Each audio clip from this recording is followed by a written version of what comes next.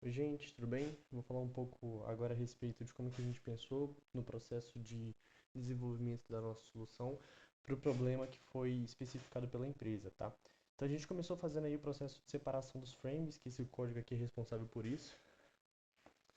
Depois a gente só teve que reorganizar os nomes dos frames com os nomes das targets, né? Porque os nomes diferentes a gente não conseguia localizar qual seria a target que representa o respectivo frame do vídeo para a gente conseguir no final estar utilizando essas ferramentas. Bem, esse código aqui é o nosso primeiro código da onde a gente começa mesmo a estar desenvolvendo a nossa solução.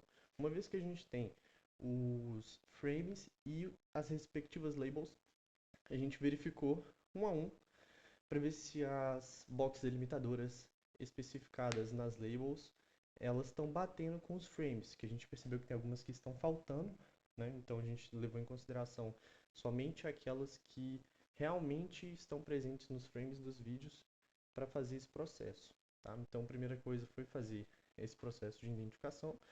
Uma vez que isso foi feito, a gente partiu para estar fazendo o processo de aplicação da máscara para identificação melhor da grama, tá?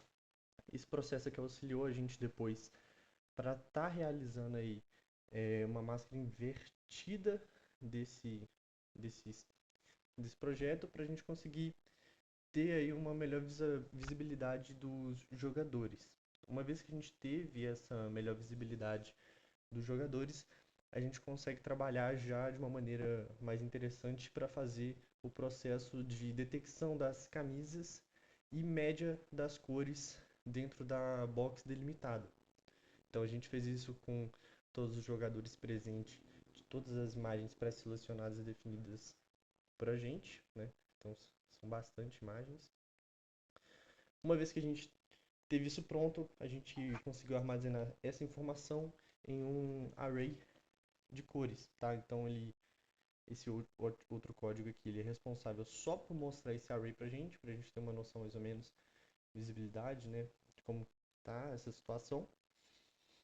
E agora a gente começou o processo de classificação utilizando caminhos, né? A gente está fazendo aqui agora a exibição de um gráfico em 3D para ter uma melhor análise, né, de como que a gente pode estar aí estabelecendo os clusters, o cavezinho mais próximo para estar fazendo esse processo aí. Uma vez que a gente teve isso bem estabelecido e a gente verificou qual seria a melhor solução, que no nosso caso foi ter um número de cluster igual a 5 e depois estar reagrupando eles para estar fazendo o processo de classificação de forma correta, a gente partiu para estar fazendo isso na prática, ao invés de estar só exibindo o gráfico. Então, esse código aqui ele é responsável por estar fazendo esse processo e está gerando para a gente algumas imagens, como essas aqui que vocês podem estar vendo, já mostrando os respectivos times bem classificados. Uma vez que a gente tem isso pronto, a gente parte para o próximo passo, que seria gerar os novos arquivos, que são os arquivos JSON.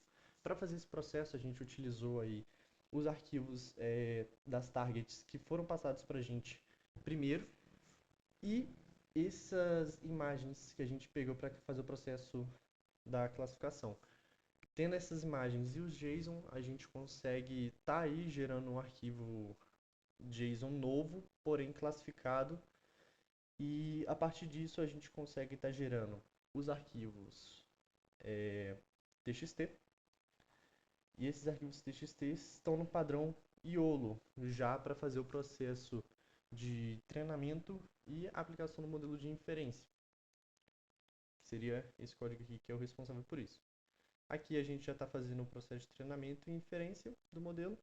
E esses aqui foram alguns dos exemplos dos resultados que a gente obteve com, com esse processo, né? Vou mostrar mais alguns aqui para ter um.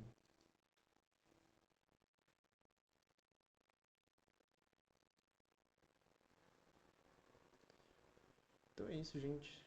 É, espero que tenha dado certo. Qualquer coisa estamos à disposição. Obrigado.